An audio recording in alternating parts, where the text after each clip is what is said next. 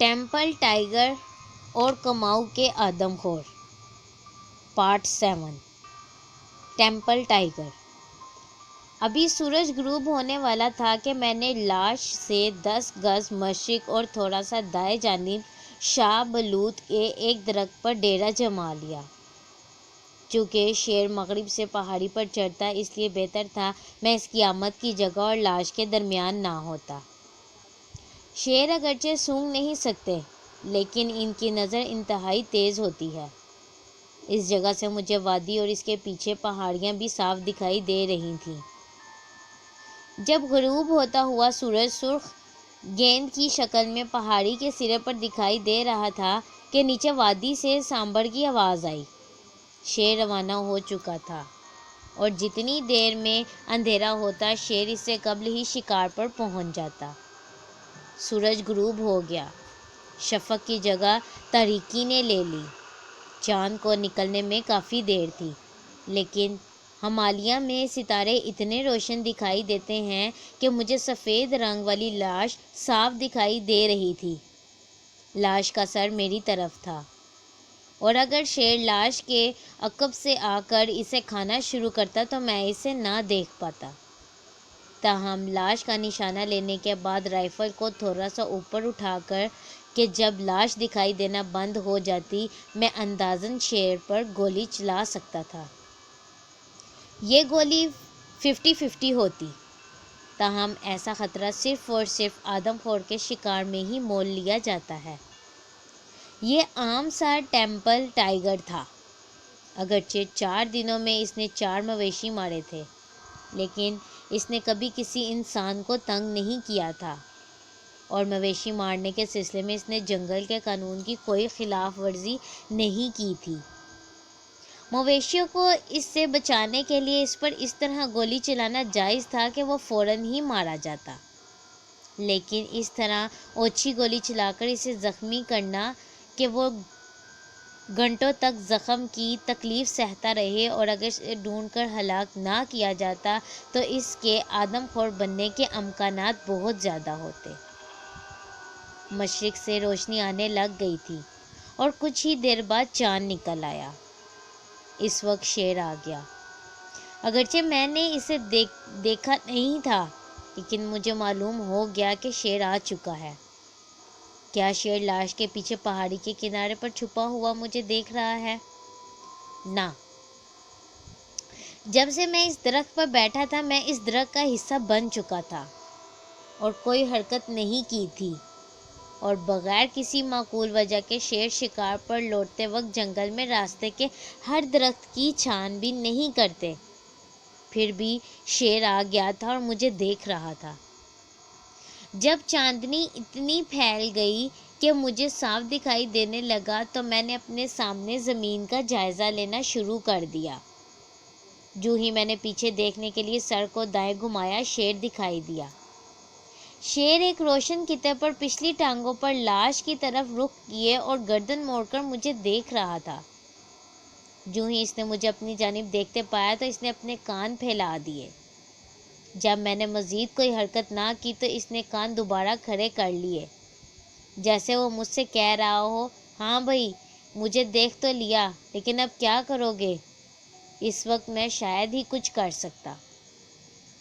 گولی چلانے کے لیے مجھے نصف دائرے جتنا گھومنا پڑتا، جس سے شیر لازماً خبردار ہو جاتا، کیونکہ ہمارا درمیانی فاصلہ بمشکل 15 فٹ ہوگا۔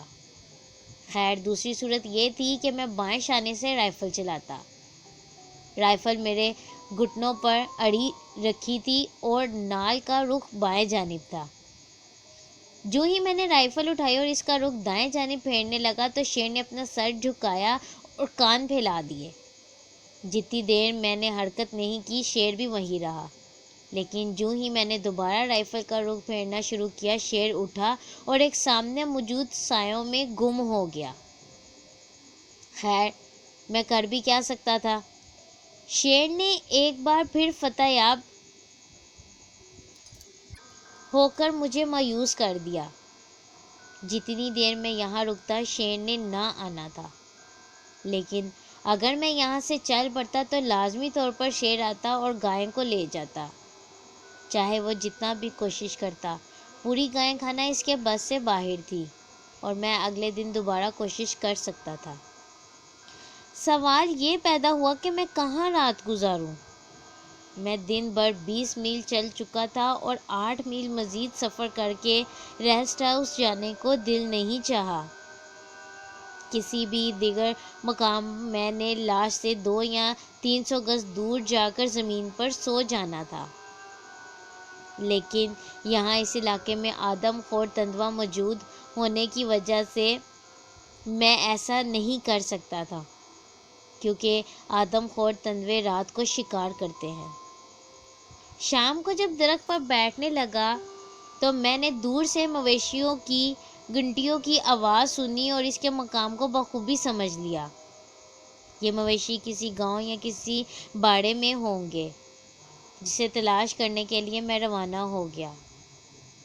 ہمالیہ میں مویشی چوری کبھی نہیں کرتے اور لوگوں کے مویشی مشترکہ باڑوں میں بند کر دیے جاتے ہیں، یعنی وہاں مویشی چوری نہیں ہوتے۔ میں نے اندازہ لگایا تھا کہ یہ مویشی سو کر لگ بھگ ہوں گے اور کسی ایسے مشترکہ باڑے میں بند تھے۔ اس طرح کے باڑے کھلے میدان میں بنائے جاتے ہیں اور لکڑیوں سے دیواریں بنا دی جاتی ہیں۔ یہ باڑے جنگل میں اتنی دور اس بات کا ثبوت تھے کہ یہاں کے لوگ کتنے ایماندار ہیں، اور یہ بھی کہ میری آمد سے قبل تک شیر نے کبھی مویشیوں پر بری نظر نہیں ڈالی تھی۔ جنگل میں رات کے وقت سارے ہی جانور کافی مشکوک ہوتے ہیں، اور اگر میں نے اس باڑے کے مویشیوں کے ساتھ سکون سے رات بسر کرنی تھی تو مجھے ان کے شکوک دور کرنے پڑتے۔ کالا ڈھنکی کے ہمارے گاؤں میں 900 سے زیادہ مویشی ہیں، اور بچپن سے ان کے ساتھ رہتے ہوئے مجھے ان کی زبان سمجھ آ گئی ہے۔ آہستگی سے چلتے ہوئے اور مویشیوں سے باتیں کرتے ہوئے میں باڑے تک پہنچا اور اس سے ٹیک لگا کر سگریٹ پینے لگا۔ جہاں میں بیٹھا تھا وہاں کئی گائیں کھڑی تھیں، اور پھر ان میں سے ایک آگے بڑھی اور ڈنڈوں سے سر نکال کر اس نے میری گھٹی چاٹنا شروع کر دی۔ اگرچہ یہ عمل دوستانہ تھا لیکن مجھے گیلا کر گیا۔ 8000 فٹ کی بلندی پر راتیں کافی سرد ہوتی ہیں۔ سگریٹ ختم کر کے میں نے رائفل کو خالی کیا اور گھاس پھوس سے ڈھانپ کر میں چار دیواری پر چڑھ گیا۔ اس طرح کی جگہ پر سوتے وقت احتیاط کرنی چاہیے کہ اگر رات کو کوئی خطرہ نزدیک ہو تو باڑے کے جانور باڑے کے اندر دائرے کی شکل میں بھاگنا شروع کر دیتے ہیں۔ اگر بندہ زمین پر بے خبر سو رہا ہو تو ایسی صورتحال جان لیوا بھی ہو سکتی ہے۔ اس باڑے کے درمیان میں چھت کے ستون کے ساتھ 2 گایوں کے درمیان کچھ جگہ خالی تھی۔ بوقت ضرورت میں اس ستون پر چڑھ سکتا تھا۔ جانوروں کے بیچ سے ہوتا میں اس ستون تک پہنچا اور دونوں گایوں کے درمیان لیٹ گیا۔ رات سکون سے گزری اور مجھے ستون پر پناہ لینے کی کوئی ضرورت محسوس نہ ہوئی۔ مویشیوں کی جسمانی حرارت سے رات کی خنکی کا احساس نہیں ہوا، اور ان کے جسموں کی خوشبو کے درمیان میں ساری رات بشمول شیر اور آدم خور تندوے سے بے خبر سویا۔ طلوع آفتاب کے وقت آدمیوں کی آواز سن کر میری آنکھ کھلی۔ جب میں جاگا تو دیکھا کہ 3 بندے دودھ کے برتنوں کے ساتھ باڑے کے باہر کھڑے مجھے تعجب سے دیکھ رہے ہیں۔ انہیں میں نے اپنے بارے بتایا اور جب ان کی حیرت دور ہوئی تو دودھ دھونے کے بعد انہوں نے مجھے پینے کے لیے تازہ دودھ دیا۔ گزشتہ روز ناشتے کے بعد چند گھونٹ پانی ہی میں نے پیا تھا، اس لیے دودھ میرے لیے نعمت غیر مترقبہ ثابت ہوا۔ تاہم ان لوگوں کے کھانے کی دعوت سے انکار کرتے ہوئے میں اپنی رہائش اور دودھ کے لیے ان کا شکریہ ادا کیا اور چل پڑا۔ باقاعدہ کھانے اور غسل کے لیے ریسٹ ہاؤس جانے سے قبل میں نے سوچا کہ گائے کی لاش کا معائنہ کرتا جاؤں۔ تعجب کی بات کہ شیر نے دوبارہ لاش پر چکر نہیں لگایا تھا۔ لاش کو گدھوں وغیرہ سے بچانے کے لیے میں نے اسے ٹہنیوں سے ڈھانپا اور ریسٹ ہاؤس کی طرف چل دیا۔ میرا اندازہ ہے کہ ہندوستان کے ملازمین جتنا اپنے مالکان کی بری عادتوں کو جتنی آسانی سے برداشت کرتے ہیں، دنیا کے کسی دوسرے کونے میں نہیں کرتے ہوں گے۔ 24 گھنٹوں کی غیر حاضری کے بعد جب میں ریسٹ ہاؤس واپس لوٹا تو کسی نے نہ تو حیرت کا اظہار کیا اور نہ ہی کوئی سوال پوچھے۔ غسل کے لیے گرم پانی تیار تھا اور صاف کپڑے ساتھ ہی رکھے تھے۔ جتنی دیر میں غسل سے فارغ ہوتا ناشتہ تیار تھا۔ دلیا، آملیٹ، گرم چپاتی اور شہد سے ناشتہ کر کے میں نے چائے پی۔ ناشتہ ختم ہونے کے بعد میں ریسٹ ہاؤس کے سامنے گھاس پر بیٹھا اور خوبصورت منظر کو دیکھتے ہوئے منصوبہ سوچنے لگا۔ نینی تال سے میں ایک ہی مقصد کے لیے نکلا تھا، جو کہ پناڑ کے آدم خور تندوے کی ہلاکت تھا۔ جس رات اس نے مندر کے چبوترے سے چرواہے کو ہلاک کرنے کی کوشش کی تھی کے بعد سے اس کی خبر مفقود تھی۔ پنڈت بنیا اور آس پاس کے دیہاتوں کے لوگوں نے مجھے بتایا تھا کہ کئی بار ایسا ہوا ہے کہ آدم خور تندوے لمبے عرصے کے لیے گم ہو جاتے ہیں۔ ان کا خیال تھا کہ ایسا ہی ایک وقفہ ابھی شروع ہوا ہے۔ کوئی بھی نہیں بتا سکتا یہ کتنا لمبا عرصہ ہوگا اور تندوا غائب رہے گا۔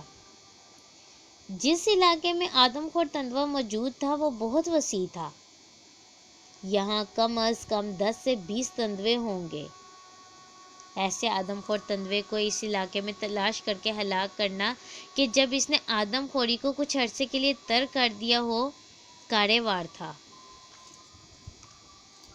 اس لیے جہاں تک آدم خور تندوے کا تعلق تھا میں ناکام ہو چکا تھا اور دیبی دہورا میں مزید رکنے سے کوئی فائدہ نہیں ہونا تھا۔ اب اس ٹیمپل ٹائیگر کا سوال باقی رہ گیا تھا۔ مجھے نہیں لگا کہ یہ شیر کسی بھی طرح میری ذمہ داری ہے، لیکن مجھے یہ ضرور محسوس ہوا کہ جتنی دیر میں اس کا تعاقب جاری رکھوں گا اتنا ہی وہ مویشیوں کو ہلاک کرتا رہے گا۔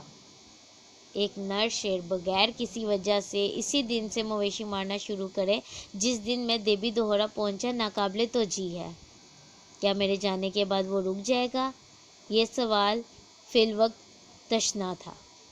تاہم میں نے ہر ممکن کوشش سے اسے شکار کرنے کی کوشش کی تھی اور اس کے شکار کردہ مویشیوں کے مالکان کو اپنی جیب کی گنجائش کے مطابق معاوضہ دیا تھا، اور اس شیر نے جنگل میں مجھے بہترین تجربات میں سے ایک سے روشناس کرایا تھا۔ اس لیے میرے دل میں اس کے خلاف کوئی رنجش نہیں تھی، اگرچہ ہر بار اس شیر نے مجھے ذک پہنچائی تھی۔ یہ 4 دن میرے لیے انتہائی پریشان کن تھے، اور میں نے فیصلہ کیا کہ آج کا دن آرام کر کے صبح نینی تال روانہ ہو جاؤں گا۔ ابھی میں نے اتنا ہی سوچا تھا کہ پیچھے سے آواز آئی، سلام صاحب، میں آپ کو یہ بتانے آیا ہوں کہ شیر نے میری گائے ہلاک کر دی ہے۔ اس شیر کے شکار کا ایک اور موقع آ گیا، چاہے میں کامیاب ہوتا یا ناکام، ہر حال میں اگلی صبح میں نینی تال کے لیے روانہ ہو جاتا۔